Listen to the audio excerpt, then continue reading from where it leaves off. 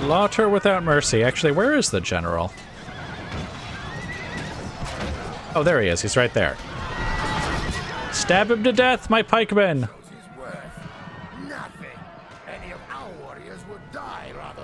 Oh, he...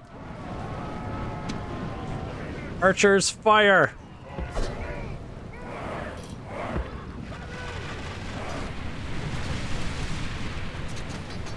Oh, dang it, he's still alive!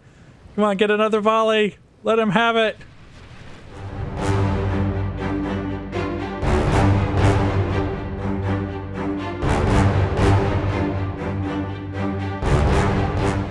Okay, guys, welcome back. Now, let's get just a couple of things out of the way here, both on the campaign map and actually a couple of things about the recording really quick. I've adjusted some settings in OBS because I'm sure, as you guys may have noticed in... I actually don't remember which episode it was. It was a couple of episodes ago, I think. Basically, I could hear a loud buzzing in the background of my own... well, my own voice, basically. And I think it was either my computer or like a furnace that's running back there. I mean, it could have been a couple of things, but the point is that I've adjusted some settings to hopefully have it filter out those noises, and I guess we'll find out here once I listen back to this recording if that is the case. I'm hoping that the settings, though, don't actually cut off my voice too much, or at all, rather, but I guess just bear in mind that I might lose a word here or there depending on the settings. Like, I've done some testing, and I'm pretty sure everything is fine, but sometimes when I do a test, it doesn't always survive in an actual recording session. Like, it doesn't necessarily have the exact same results, so we'll just see how that goes. Now, on to the campaign map here. So, basically, not too much has happened throughout the Empire in the last few turns. I did want to point out, because I don't remember if I've pointed it out in a past episode or not, but I've been trying to convert some settlements over to the Ways of Darkness, just to keep them in line with all of our other settlements. And I was using the North and Southgard fortresses as kind of tests for that. As you can see, basically, they've been converting over here, and we've had some mild public order issues, but very mild because of that. But I guess it taught me what exactly I need to do in order to get this working. But you see, I had a bit of a scare with Swanfleet, where I actually started building up, I think it was, yeah, it must have been animal fights. And that actually tipped me, I guess, into changing the alignment of the settlement. Or at least, I guess it maybe would have been tied with Ways of the West. But anyway, the point is that the public order went into the ground, like into the dirt, and I didn't have like necessarily the troops nearby at the time to actually like garrison the place to try and, you know, keep public order under control. And so I then used the North and Southgard fortresses as like tests. And so now I think I understand a little better what I'm supposed to be doing here. And the reason I felt I needed to give that explanation is because of what is happening over here at the Hornburg. The Hornburg is one of my problematic settlements, and so I was going to try and bring them over to the Ways of Darkness, try to clear out some of this Dunedain filth that's everywhere. And just to be clear, that is the main drive behind my wanting to convert these settlements over from the Ways of the West. It's because there's filthy Dunedain influence getting all over my settlements, and I just want to clean it up. So, anyway, I was working on getting the Hornburg converted over, and it just started converting over this very turn after we managed to build up... let's see, what building was it? Trials of Blood. That finally tipped them over the edge here. There was a mild bit of rioting, which is unfortunate, very unfortunate. But we can replace the casualties. And basically, Boda's army, which Boda, I did mention it a couple episodes ago, I think, he is actually in command of the new army, the one with the Dunlandian Guardians and the Axes of the Wolf. He was coming down south here to fight the Rohirrim, but I'm having him stop over here at Hornburg, or the Hornburg, just so that he can kind of keep public order under control during this very important transition away from this filthy Dunedain culture that's infecting some of my conquered territories. Hopefully he should only be there for a few turns, and to be clear, none of his troops took the casualties. In fact, they only just arrived this turn, so it was actually troops that were already garrisoning the place that took casualties, and we can replenish them in other places. You can see I've sent spearman unit there, a Dunlandish horseman unit there, just to replenish their casualties. So anyway, the Hornburg is now officially the Ways of Darkness, and I would like to try and expand that to some of these other settlements here and in like our newly conquered territories, as I guess armies are available, because it looks like that's what I'll need like an army nearby to keep public order under control, or I guess maybe if that's not even enough, to put down any rebellions that may occur. So anyway, that's what's happening over here. Boda and Helmet Guy are kind of holding down the fort over here, and once the Hornburg is again converted over and we don't have those public order issues, Boda is going to head down and start taking out the Rohirrim down here. And it looks like, I assume they're still in control of Anorian. Which, if they are, we'll take it from them. And then we might have Helmet Guy just cross here and start taking territory over here, east of the Anduin. Or at least, I think this is the Anduin. Oh, no. Wait, this is the Anduin. Oh, I think this is the Entway. Like, that's the name of the settlement here, but I believe that's also the name of the river, I think. So anyway, we'll have him cross the river, whatever it's named here, and have him start taking maybe a couple of settlements here. And of course, that brings us down to, oh, whoops, that's my spy. It should be Waka, I think. Yes, Waka. So he is going to start conquering bits of Gondor here. I am a little nervous about getting some of these settlements integrated pretty quickly, because we do have a fair bit of unrest, and I believe this is part of the Dominion system, where when you have more and more settlements, it causes more and more unrest, and also if settlements aren't integrated into the Empire, I believe it also causes more and more unrest. So I am a little nervous about that. I almost want to wait to have some of these settlements actually get integrated. Arundel already has, but Anuntir, Caw, and Druin is not as well. I think Emondrog definitely is. Ridmalin, which, I think I have forgotten to mention that. Kuga has actually built this up from an undeveloped province, I guess, into a proper province. So it's got a chieftain's hall and everything here. So we're integrating that into our empire as well. But anyway, the reason the battle I brought you guys back for this turn is this one here. Waka is going to attack this somewhat small force of Dunedain who are running around Thornburg Keep, or near it. And speaking of Thornburg Keep, something very unfortunate actually happened here. You may notice there's quite a lot of diplomats here from the reunited kingdom. There's actually another one way up here. Oh, no, wait. Oh, he's from Rohan. Okay. Well, anyway, there's a bunch of enemy diplomats up here, and they actually bribed Thornburg Keep to come back to their side. And so I lost all the troops that were in there, which I want to say that was a couple of mercenary swordsman units, a couple of Dunlending mercenary units, a couple of Dunlending huntsman units. Is that what you guys are? Yes. About half a unit of wolf hunters as well. They just disappeared. And of course, the settlement went over to their side. Now, they didn't have any troops to put in it.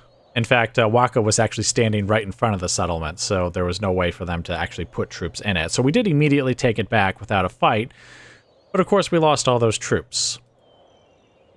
And I have to admit, that's something that has never happened to me before. I knew it was possible to bribe a settlement, but in the base game, and actually in the remastered version as well, I've never run into, I've never had one of my settlements bribed away before.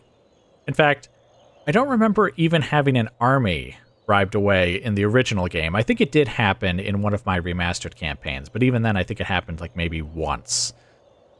And so them bribing settlements away was just not it was not even a possibility really in my mind. Even though technically I knew the feature existed, I just thought the AI would never do it. Well, they can do it, and they have done it now to Thornburg Keep. So as a matter of some urgency, I've got these settlements Arundel, Dunfada, and Lymphalas training diplomats. And actually, I think I've got one down here too, yes. I can't train one at Anuntir because we actually don't have any spare population at all here, not even a little bit. But anyway, we need diplomats just for, like, I would say these border territories where there's obviously emissaries from other factions running around. I did have, like, one diplomat here just escorting, like, reinforcements that were coming across the river here because this guy bribed one or two of them. But, yes, we need a bunch of diplomats now to hold and make sure these settlements stay under our control. And I think I'm also going to give a diplomat to Waka, just in case. Like, I'm hoping it would just be so absurdly expensive to bribe Waka that, like, the AI just couldn't do it.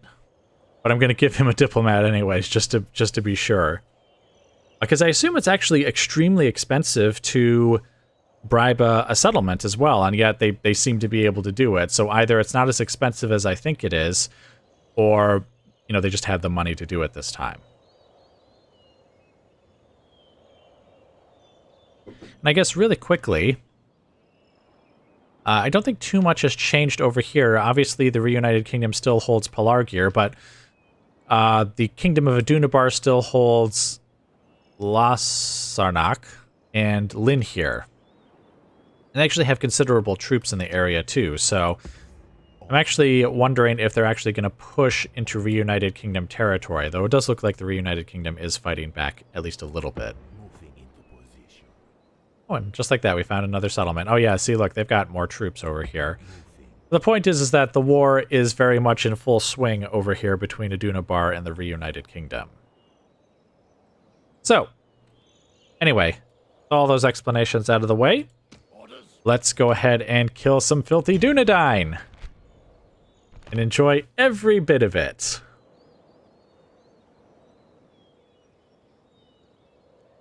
They have just a bit of cavalry, that, well, I imagine this guy's got a, yeah, Knights of the White Tree. They've got a considerable cavalry presence in that guy alone. Well, not really. Hopefully we can just shoot them all dead, basically. Or, I mean, many of these smaller units anyways. I mean, even their archer presence is pretty small. But anyway, let's just get right in and eliminate them. Okay, guys, welcome to the battle.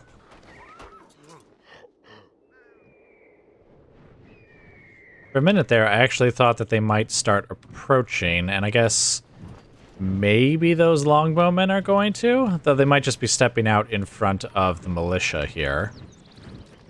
Not necessarily heading for our lines. I can't help but notice that the other bowman unit is just kind of hanging back there.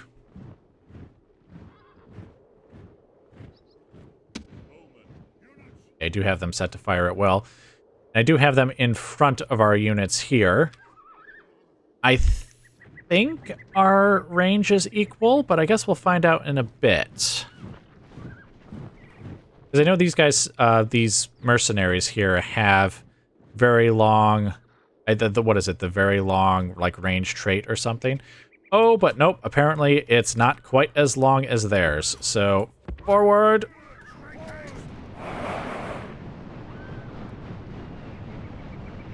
Okay, and it looks like we are within range now.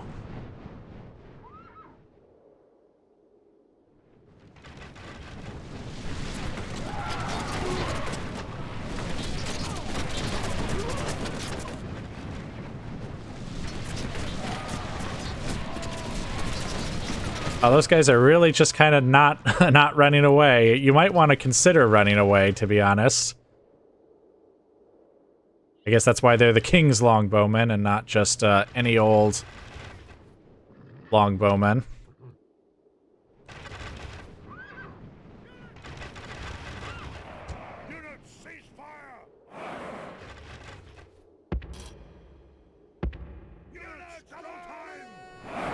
Right, run away! Run away! Unless the enemy stops in their tracks, in which case, just stand right here in front of the axemen. And then open fire.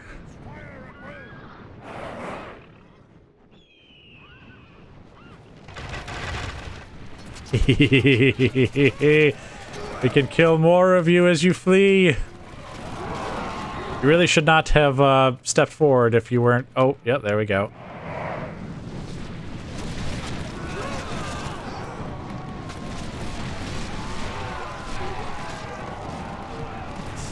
Oh dear. That's very unfortunate for you guys. We lost 2 bowmen and they lost more than that. Alright, so now let's move our troops forward. Let's say right here. Yeah, that should do. I think that'll put us back within range of them, but we'll still be able to back up our bowmen with the rest of the army. Okay, where are you going? Right here? Let's see, I told you guys to stop firing at will, right? Okay, yes, I did.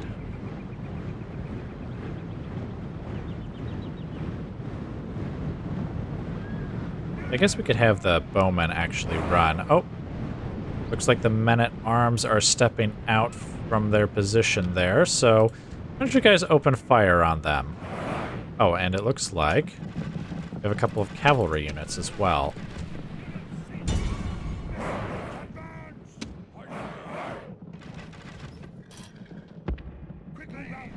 Have these pikemen charge forward, and then we'll have you retreat.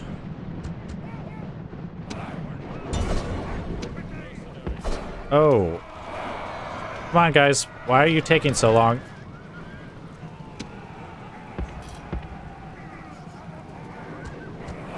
Okay, seriously, why are we still losing so many of these mercenaries? Holy crap, we're losing like a ton of bowmen, even though I told them to retreat.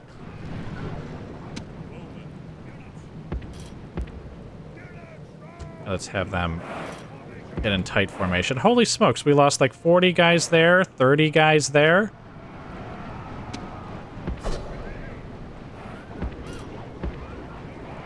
Okay, pikemen retreat.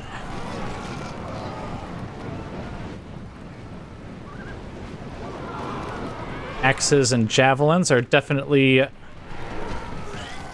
costing them a fair bit. Man, I hope we get a bunch of those mercenaries back. I didn't realize that, well,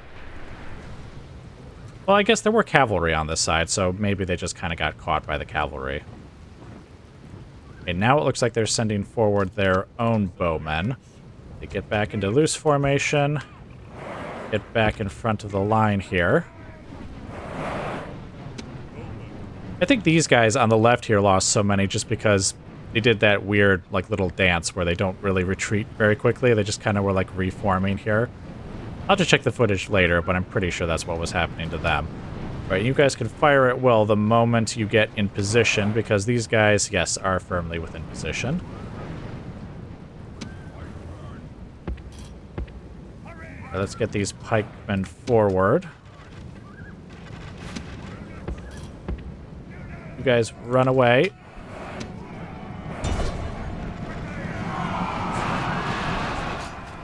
All right, I think we mostly managed to intercept them. All right, you guys get back here as well. See, run, run.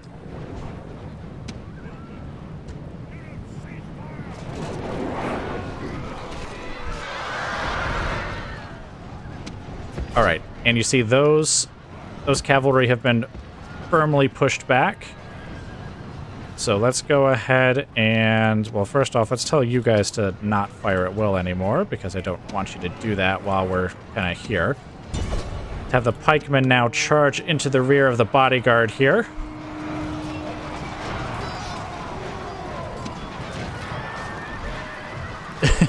We've got pikemen flying through the air. The axemen are tough and should be able to do some good damage, and with the pikemen attacking in the rear, we should eliminate these guys pretty quickly.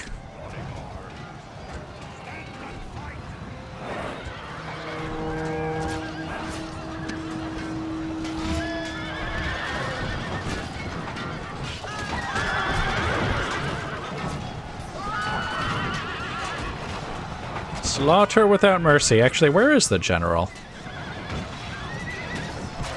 Oh, there he is. He's right there. Stab him to death, my pikemen!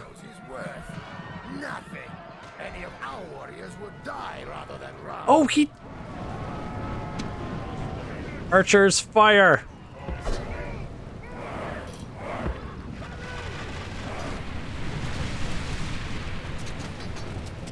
Dang it, he's still alive!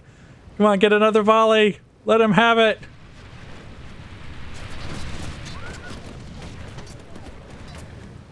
Dang it, he's gonna get away now. That's unfortunate. Let's see, we can have these pikemen come back here. See, casualties weren't too heavy, considering they were fighting a general's bodyguard. Wait, is he? Okay, for a minute there, it looked like he was stopping, and so I thought maybe he had actually regained his morale and he was gonna come back for the fight again. Which, I mean, you know, that's fine if he wants to do that. Alright, let's have the bowman step forward again. Let's see, I guess we can have the javelin, or the wolf hunters, throw their javelins again if someone happens to come within range. Wouldn't that be funny if he's like the only survivor?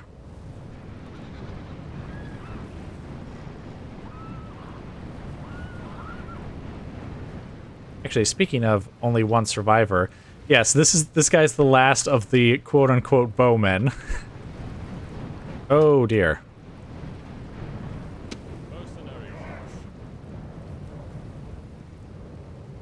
Alright, you guys go ahead and fire at will, and I guess we should move the rest of the army forward, just so that, well, you know what? Let's actually have the wolf hunters move forward, since they've got their javelins.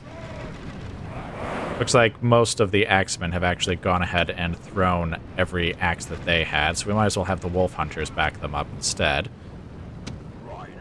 See, why don't we also have the cavalry just kind of start peeling off to the sides here. Just ready to chase down any survivors.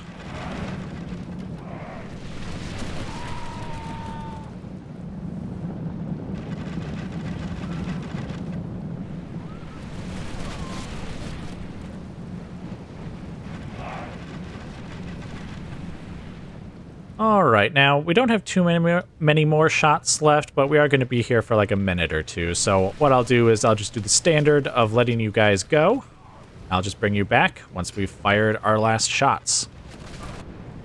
Okay, guys, welcome back. So we did fire every arrow that we had. And one of their units started to break and run, which is why one of my cavalry units is back here. I just wanted to make sure we got them. Alright, we're going to have our wolf hunters run over here. Just so that we can intercept that unit before it goes too far.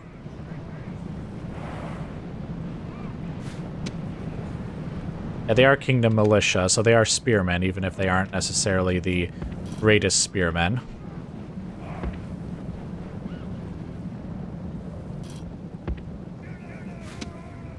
Look, they're actually like deliberately going for our cavalry again on this side.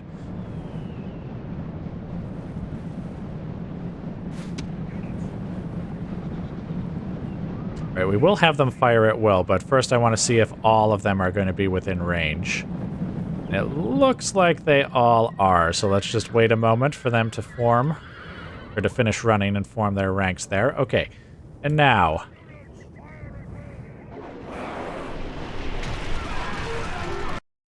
And it's victory. Yes, you filthy Dunedain, run. Run as far and as fast as you think you can. It isn't going to be very far. Let's have these two units. We'll have these two chase them. As soon as the wolf hunters are out of ammo. Or out of range, more likely. Alright, there we go.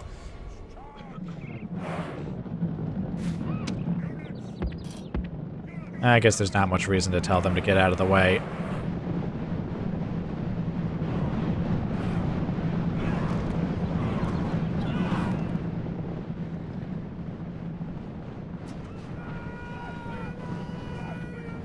So yes, if we manage to kill these guys, I think the only survivors will be the general, like the actual general himself, and I think there were a couple of survivors actually from one of the other cavalry units as well. I think I saw them run off the battlefield at some point. Still, we will have basically eliminated this force. In fact, I think we will have killed enough of them that they'll disappear on the campaign map, so they won't even be a force to be reckoned with.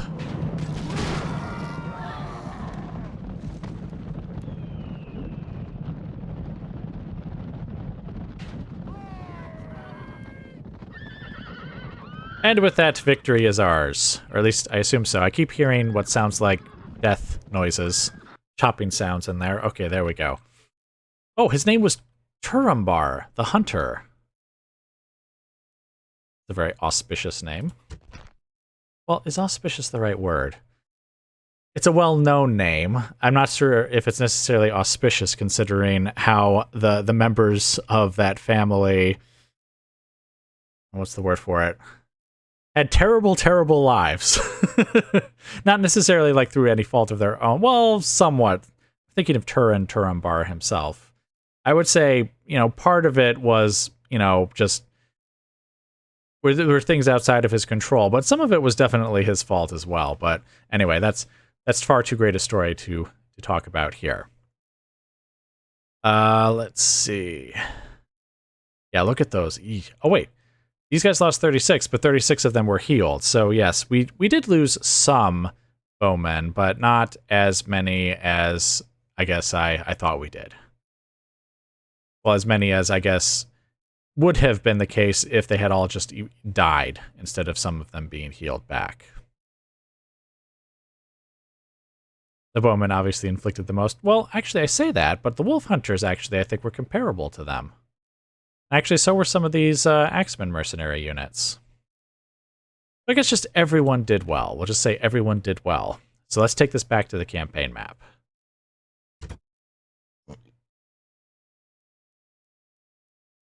Okay, normally I don't show you guys this screen, you know, when I'm moving from the campaign map to the battle map to the campaign map, but that was a quote from Turumbar, and I felt I had to mention that since I was just talking about him a moment ago.